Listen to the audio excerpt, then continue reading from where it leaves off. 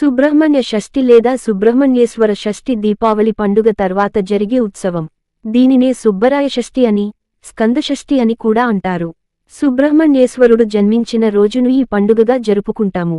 ముఖ్యముగా తమిళనాడులోనూ సుబ్రహ్మణ్యేశ్వర స్వామి దేవాలయాలు, కుమారస్వామివార్ల దేవాలయాలు కల ప్రతి చోటా ఈ రోజు విశేష పూజలు జరుపుతారు.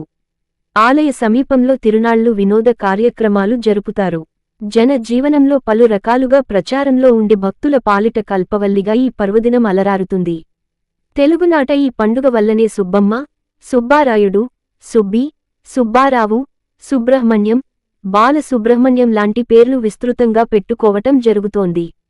శివుడి రెండో కుమారుడైన సుబ్రహ్మణ్య స్వామిని ఈనాడు ఆరాధిస్తారు. ఈ స్వామినే కార్తికేయుడు అని, స్కందుడు అని, షణ్ముఖుడు అని, గుహుడు, కుమారస్వామి అనే పేర్లతో కూడా పిలుస్తుంటారు. తారకాసుర సంహార నేపథ్యం ఈ కుమారస్వామి జననానికి సంబంధించిదే. మహాబలిష్ఠుడైన తారకాసురుడిని కుమారస్వామి జయించగలిగాడు కనుక జయాన్ని కోరి ముందుకు నడిచేవారు ఈ స్వామిని పూజించుకోవటం, తలచుకోవటం కనిపిస్తుంది. అతి సామాన్య ప్రజల నుంచి ఉన్నత కులీనుల దాకా సంతానం కోసం, శత్రు విజయాల కోసం ఈ స్వామిని మార్గశిర శుద్ధ షష్ఠినాడు ప్రత్యేకంగా పూజిస్తుంటారు.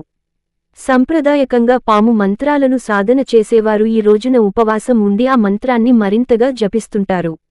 ఈనాడు ఉదయాన్నే స్నానం చేయటం, ఏ ఆహారమూ తీసుకోకుండా తడి బట్టలతో సుబ్రహ్మణ్యస్వామి ఆలయానికి వెళ్లి పువ్వులు, పండ్లు, పడగల రూపాలలాంటివి అక్కడ అర్పిస్తుంటారు. ఇదంతా నాగపూజకు సంబంధించినదే. పురాణాలలో సుబ్రహ్మణ్యస్వామి వివాహితుడుగా కనిపిస్తాడు. వల్లీ దేవసేన సమేత సుబ్రహ్మణ్యస్వామి కళ్యాణాలను అందుకే ఈ షష్ఠినాడు చేయటం కనిపిస్తుంది. సుబ్బరాయుడి పెళ్లి చూచి వద్దాం రండి అన్న పాట పిల్లలు ఈ సందర్భంగానే పాడేవారు. అయితే కొంతమంది వివాహం కాకముందు బ్రహ్మచారిగా ఉన్న సుబ్రహ్మణ్యస్వామి మూర్తిని ఆరాధించే పద్ధతి కూడా ఉంది.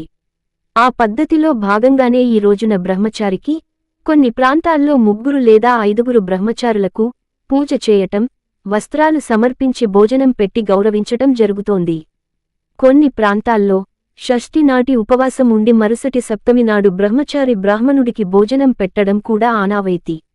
తమిళ ప్రాంతాలలో ఈ రోజున కావడి మొక్కును తీర్చటం కనిపిస్తుంది. షష్ఠినాడు కుమారస్వామి ఆలయానికి కావడి మోసుకుని పోవటమే దీనిలోని ప్రధానాంశం. ఈ కావడిలో ఉండే కుండలను పంచదారతోనూ, పాలతోనూ నింపుతారు. కావడి పంచదారతోనూ, పాలతోనూ అనేది మొక్కును బట్టి ఉంటుంది. ఈ పండుగ బాగా ప్రసిద్ధికెక్కింది. సుబ్రహ్మణ్య షష్ఠి వెళ్లగానే వానలు కూడా వెనక్కు తగ్గుతాయని కొందరి నమ్మకం.